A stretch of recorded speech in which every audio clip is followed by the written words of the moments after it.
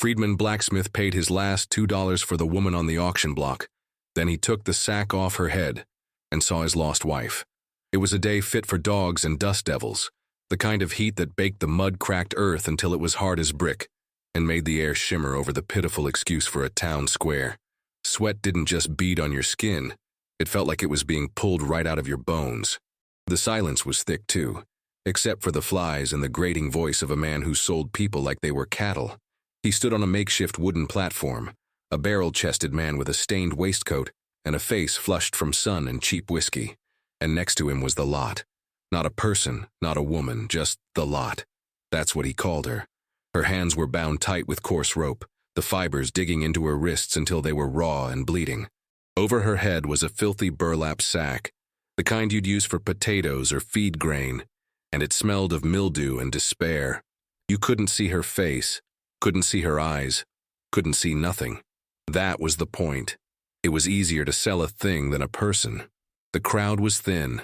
A few ranchers looking for cheap labor, a saloon owner with a greasy smile, some hard-faced women who looked on with a mixture of pity and contempt. They were all there under that same unforgiving sun, watching. The auctioneer went on, talking about her teeth and her back. Strong for work, he said. He poked her shoulder with a thick finger and she flinched. A small, almost imperceptible movement. But in the thick, dead air, it was like a scream. No one else seemed to notice. Or maybe they just didn't care. The dust swirled around her bare feet, caking her ankles. You could feel the grit in your own teeth just looking at her.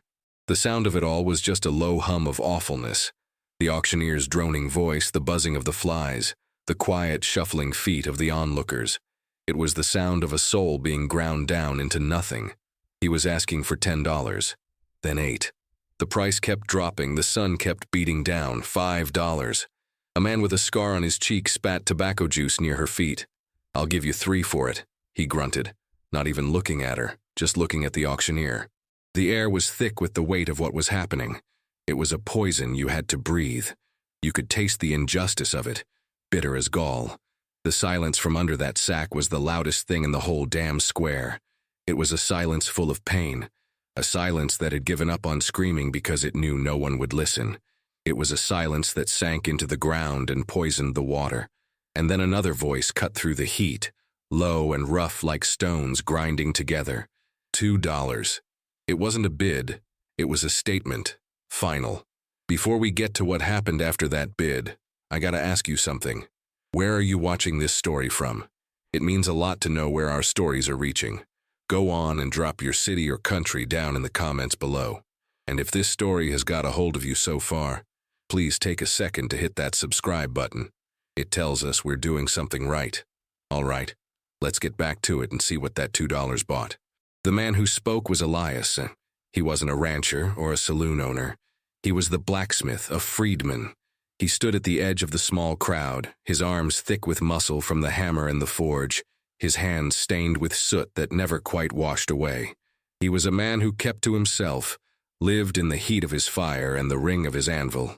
He didn't come to town much, didn't talk to folks if he could help it. He was a loner, a man who had built a wall of silence and sweat around himself because the world had taught him that was the only way to survive. He wasn't supposed to be here. He'd just come for a sack of nails, but he'd seen the gathering, heard the voice, and something had made his feet stop. He stood there watching, his face a mask of stone, but his hands, they were another story. They were clenched into fists at his sides, so tight his knuckles were white under the grime. He had $2 in his pocket. It was his last $2 until he sold the batch of horseshoes he'd just finished. It was money for food, for coal for the forge. It was his survival folded up in his pocket, and he'd just thrown it away on a ghost in a sack. The auctioneer squinted, annoyed. $2, that's an insult, blacksmith. The man with the scar laughed, a wet, ugly sound. Let the nigger have it. Ain't worth more than that anyway. The word hung in the air, another layer of filth on an already filthy day. The auctioneer sighed, wanting it to be over. He looked around. No other offers. Sold, he snapped, his voice sharp with irritation. For $2, to the blacksmith. Elias didn't say a word. He just walked forward, his boots kicking up little puffs of that angry red dust. The crowd parted for him. some with fear, some with disgust. He walked right up to the platform, pulled the 2 worn dollars from his pocket, and slapped them into the auctioneer's outstretched palm. The transaction was cold, quick. He didn't look at the man.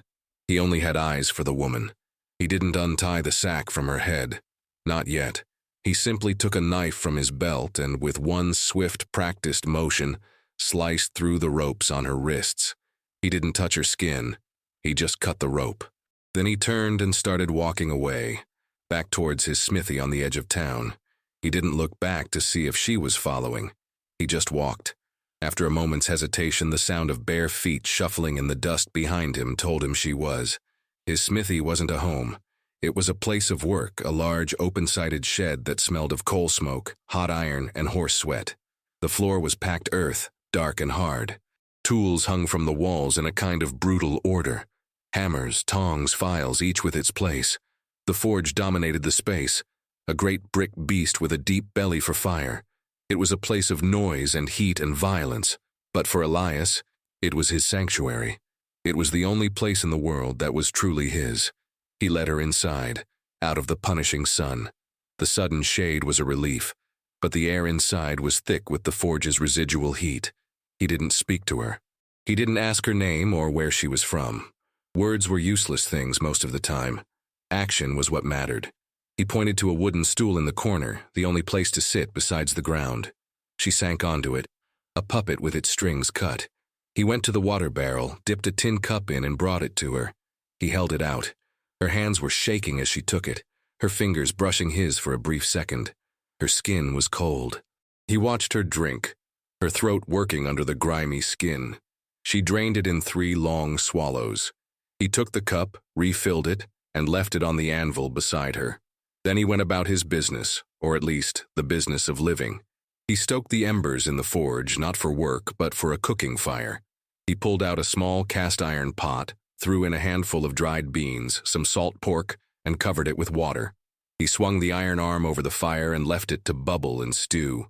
It wasn't a feast, but it was food. It was warmth. While the stew cooked, he found a bucket and filled it with clean water from the barrel. He tore a strip from a clean feed sack, making a rough bandage. He brought the bucket and the cloth over to her and set them on the ground at her feet. He didn't say, "Let me see your wrists."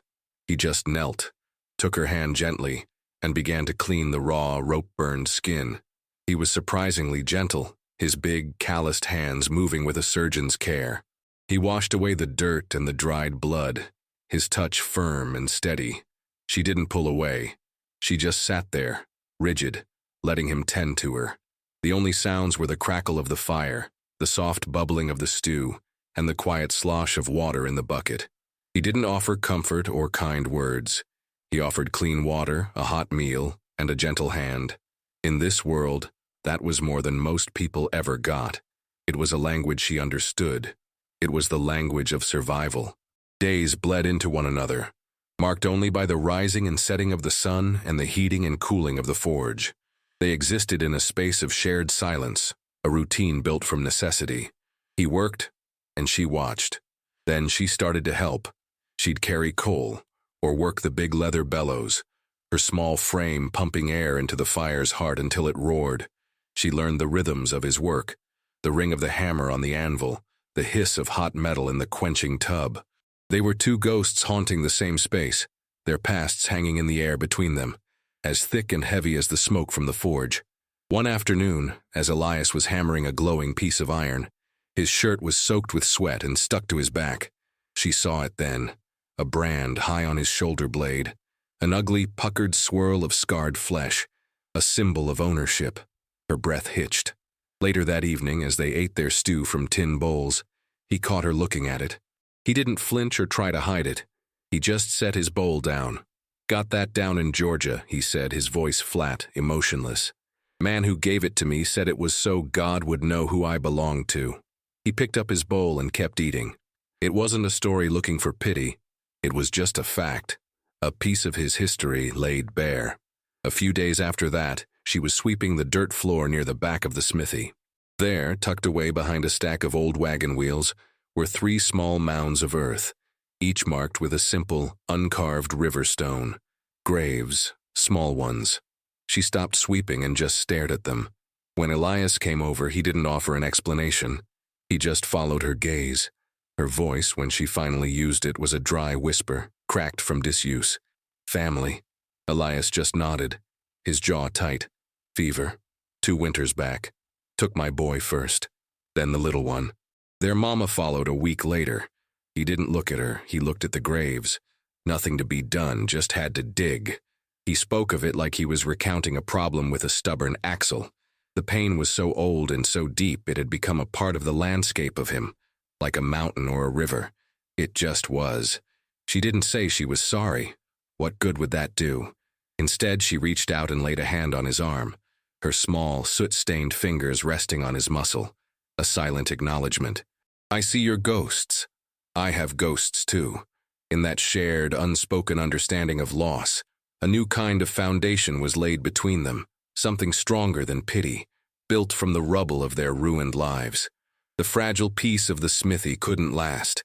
The world outside had a long memory and a short temper. It came for them on a Tuesday. It was the man with the scar from the auction, and 2 of his friends. They weren't drunk this time, which made them more dangerous. They smelled of sweat and entitlement. They rode right up to the front of the open smithy, their horses blocking the light, casting long, menacing shadows inside. Blacksmith, the scarred man called out, his voice a low growl. We come for what's ours. That man at the auction, he had no right to sell. She was promised to me. Elias was at the anvil, hammer in hand. He didn't stop his work. He brought the hammer down on the glowing horseshoe he was shaping. Clang. The sound echoed, sharp and defiant. He finished the curve, then plunged the shoe into the quenching tub. Hiss. Steam billowed up. Only then did he turn to face them, his expression unreadable. She ain't property, he said, his voice quiet but carrying like the ring of his hammer. She's a person, and she's not going anywhere. The scarred man laughed. You hear that, boys? The blacksmith's a philosopher. He swung down from his horse. His friends did the same. They started to walk forward, spreading out, trying to flank him. Trouble. Real trouble. It was coming fast. The air went tight. The smell of the forge mixed with the smell of a fight. Suddenly, a movement in the shadows behind Elias. It was her. She had been by the fire, tending the stew. In her hand she held the long, heavy iron ladle, its bowl still glowing a dull red from the heat. She didn't say a word. She just stood there, a few feet behind Elias, holding the ladle like a weapon. Her stance was rooted to the ground. She wasn't cowering, she wasn't hiding. She was ready. The 3 men stopped. They looked from Elias and his hammer to the woman and her glowing ladle. They saw him, a wall of muscle and quiet fury. And they saw her, a specter of defiance. They didn't see a lone man and a frightened woman. They saw a united front, a fortress. The scarred man spat on the ground. This ain't over, he snarled. But the threat was hollow. They backed away slowly, climbed onto their horses and rode off, swallowed by the dust they kicked up. Elias and the woman didn't move until the sound of the hoofbeats faded completely. He didn't thank her. She didn't say anything. There was no need. They had faced the threat together. In the silence, the fire crackled. They were no longer 2 separate people. They were a we. The unspoken pact between them solidified, hammered into shape not by words but by shared labor and silent support. Their life took on a new rhythm, a duet played on an anvil. She learned the feel of the bellows pushing life into the fire. He learned the sound of her quiet breathing, a steady presence in the cacophony of his work. Trust wasn't a conversation. It was the way she knew to move out of the way when he swung a heavy sledge, the way he left a bowl of stew for her on the workbench without being asked. It was a language of pure action. He was a man of iron and fire, and she was becoming something just as strong, tempered in the same heat. One morning, a local farmer brought in a big, half-wild stallion to be shod. The horse was all nervous energy and flashing hooves, its eyes rolling white with fear. Elias spoke to it in low, calming tones, but the animal was having none of it. As he bent to lift a hoof, the stallion reared violently, its front legs lashing out, hooves like hammers aimed straight for Elias's head. He threw himself backward, landing hard on the packed earth. The air knocked from his lungs. The horse was about to strike again, a frenzy of pure panic. Before Elias could even get his breath back, she was there. She moved, not with fear, but with an eerie calm. She didn't shout or run. She walked steadily towards the terrified animal, holding out an empty hand. She started to hum, a low, soft, melodic sound that cut through the animal's fear. It was a tune from a place long gone, a forgotten lullaby. The stallion's ears twitched. It stopped its frantic stomping and lowered its head, its wild eyes fixed on her.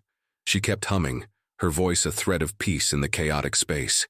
She reached out and stroked its nose, her touch feather-light. The great beast shuddered and then stood still, calmed by a whisper of a song. Elias pushed himself up on his elbows, staring. He had seen a lot of things in his life, a lot of pain and a lot of struggle, but he had never seen anything like this. This quiet, broken woman had a power in her he couldn't name. She wasn't just a survivor. She was a force, as elemental as the fire in his forge. He got to his feet, dusting himself off. Their eyes met over the now docile horse's back. No words were exchanged. None were needed. He had seen her strength, and she had saved him.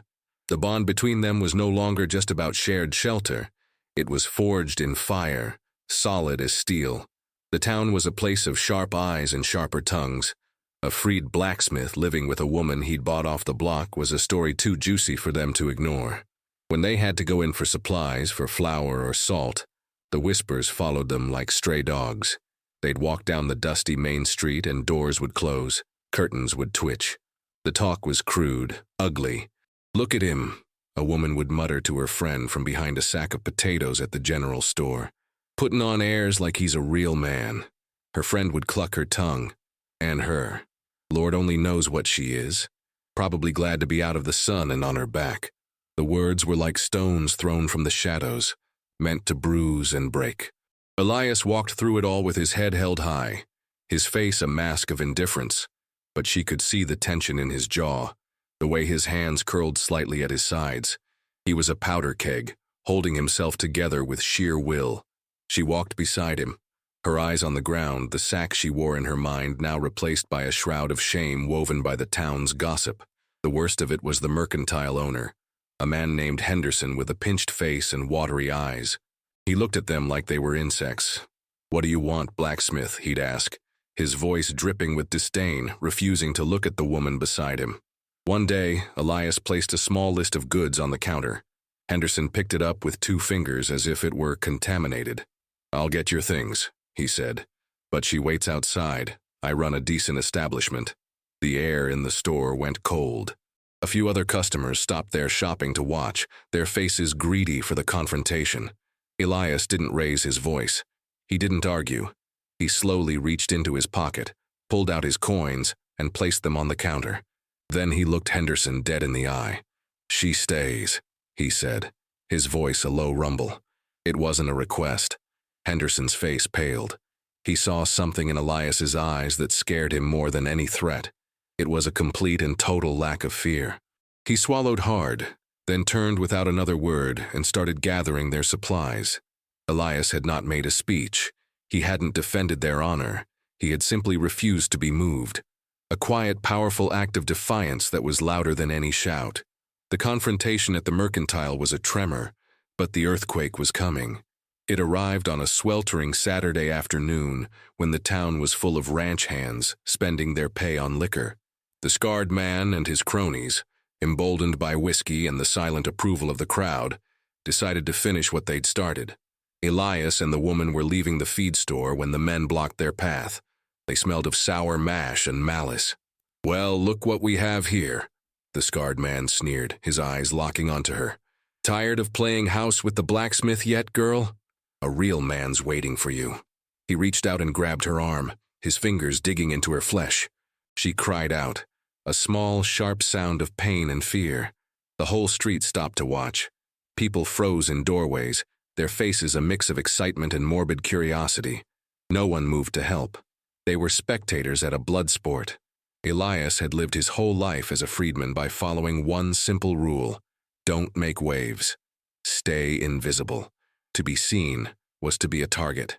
He had swallowed insults, endured prejudice, and banked the fires of his anger so deep they were almost cold.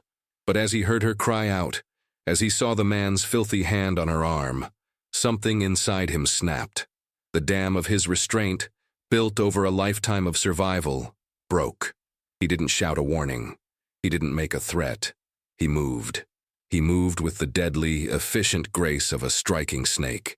He took 2 quick steps forward, and his hand shot out, grabbing the scarred man's wrist. Not his arm, his wrist. Elias's grip was iron. The sound of his fingers tightening was audible, a dry, cracking noise. The man's face contorted in pain and surprise, his grip on the woman loosening. "Let her go," Elias said.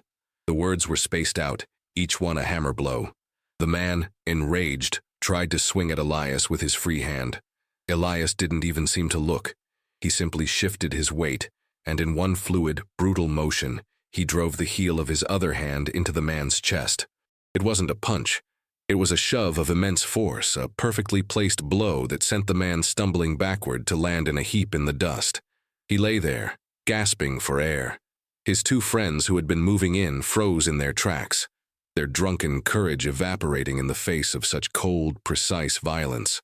Elias didn't even glance at them. He turned to the woman, took her hand, the one the man had grabbed, and gently pulled her behind him. He stood there for a moment, a shield between her and the hostile world, and the entire town square was silent. He had crossed a line. He was no longer invisible. He had declared himself her protector, and there was no going back. They walked back to the smithy in a thick, charged silence. The dust of the road couldn't settle between them. Back in the familiar space of soot and iron, the tension didn't fade. It coiled, waiting. He went to the water barrel and splashed water on his face, washing away the town, the fight, everything. He was breathing heavily, not from exertion, but from the adrenaline and the fury he had finally unleashed. He had broken his own code, and the cost of it was a tremor in his hands he couldn't stop. She stood by the cold forge, watching him. She was the one who broke the silence. Her voice was still rough, but it was clear, like water flowing over stones. "They took me from a farmstead near the river," she began. She didn't look at him but at the anvil, as if telling the story to the iron. "My husband, he tried to fight them. They shot him. I thought they shot our boy too. I ran, but they caught me." The story tumbled out of her in a raw, unadorned stream. The long march, the holding pens, being sold and sold again. The names and faces of the men who had owned her, the things they had done. It was a litany of pain, delivered in a flat conversational tone that made it all the more horrific. She spoke of being starved, of being beaten, of the sack they put over her head to move her from one place to the next, so she wouldn't see where she was going, so she would forget the sky. Elias listened without moving, his back to her. Each word was a blow, and yet he stood and took them. He was listening to the story of the last few years of his own life, a life lived in a numb haze of grief, not knowing she was enduring this. When she finally fell silent, the only sound was the far-off call of a night bird. He turned slowly to face her. The firelight from the small cooking fire cast flickering shadows on her face, illuminating the exhaustion and the deep, abiding sorrow there. For the first time, he truly looked at her. Not as a woman he'd saved, not as a partner in survival, but as a person with a history that was tangled up with his own. He saw past the dirt and the trauma. He saw the faint white scar just above her left eyebrow, the one she got when she was a girl climbing an apple tree. He saw the specific way her top lip curved, a way he knew better than his own reflection. His own breath caught in his throat. It was impossible. It couldn't be. "Sarah," he whispered. The name felt alien on his tongue, a relic from another life. Her head snapped up, her eyes wide and full of a terrible, dawning hope locked on his. Tears welled and spilled down her dusty cheeks, clearing 2 clean paths. "Elias," she breathed, and the name was both a question and a prayer. It was her, his Sarah, the wife he thought was dead, lost to him forever after their farm was attacked and burned. He had buried 2 empty coffins, and here she was, risen from a grave he had dug with his own hands. He stumbled forward and finally, took her in his arms. The next morning, the world felt new and strange, washed clean by the night's impossible revelation. The sun rose, casting a soft golden light into the smithy, a light of beginnings, not endings. They had talked all night, piecing together the broken shards of their lives, filling in the terrible, silent years. They were not the same people who had been torn apart, but they were a new thing, forged together in a fire hotter than any Elias could build. After their simple breakfast of bread and water, Elias did something he hadn't done in years. He went to a small wooden chest where he kept his few true possessions. From it, he took a small, tightly sealed tin. He opened it carefully. Inside, nestled on a piece of old cotton, was a single, dark, shriveled seed, a pecan. "From the big tree," he said, his voice thick. "The one by the creek at the old place. I grabbed a handful before I ran." She reached out and touched it, her fingertip tracing its wrinkled surface. It was a seed from their past, a tiny, sleeping piece of a life they thought was gone forever. He closed his hand around hers, the seed warm between their palms. Without another word, he led her outside, to the small patch of earth behind the smithy. He led her to the 3 river stones that marked the graves of the family he thought he had lost. But he didn't stop there. He went just past them, to a small clear patch of ground. He knelt, and with his bare hands, the same hands that could bend iron and fell a man, he began to dig in the soft earth. He scooped out a small hollow. He looked at Sarah, and she knelt beside him. Together, they placed the single seed into the hole. They pushed the soil back over it, their hands moving in unison, covering the small promise. They didn't say a prayer. They didn't make a vow. The action was enough. They had planted a new life in the soil of their grief, a testament that even after the deepest winter, something could still grow. They stood up, their hands covered in dirt, and looked at the small patch of disturbed earth, a silent promise of a future. If this story moved you, please give it a like and subscribe to our channel for more tales just like this one. Thanks for watching.